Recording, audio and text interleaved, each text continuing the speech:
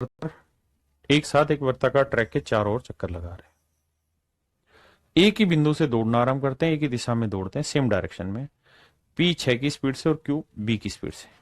ये 6 है और ये हमें निकालनी है बी की वैल्यू।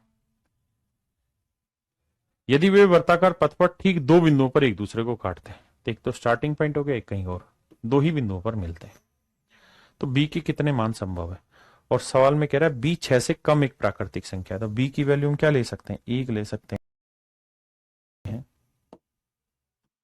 दो ले सकते हैं, तीन ले सकते हैं, चार ले सकते हैं, पांच ले सकते हैं।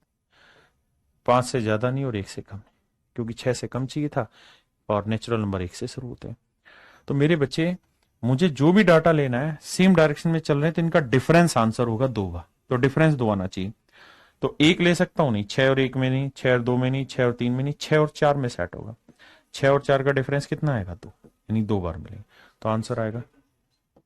अब उसने पूछा क्या है, कह रहा है बी के कितने मान ले सकते हैं, लेकिन अब हमें कुछ और बातें भी यहां समझनी होंगी कि भाई बी की वैल्यू अगर मेरे बच्चों में एक लेता हूं तो 6 और 1 का डिफरेंस 5 गलत हो जाएगा, लेकिन बी की वैल्यू में दो ले लूं तो दो ले लूंगा ना मेरे बच्चे, तो देखो दो एकम दो, दो तिया 6, मैंने कहा था कि ये जो आंसर आता है स्पीड की लोएस्ट टर्म से आता है, तो 3 और 1 का डिफरेंस 2, तो ये भी आंसर सेट होगा, यानी मैं बी की वैल्यू 2 भी ले सकता हूं।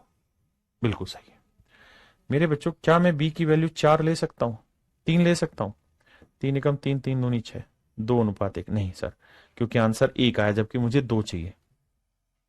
क्या मैं 4 ले सकता हूं, ले लो सर, 2 दूनी 4, 2 तिया 6, 3:2, क्या ये आंसर हो सकता है, नहीं सर, एक ही आया डिफरेंस जबकि मुझे दो डिफरेंस चाहिए।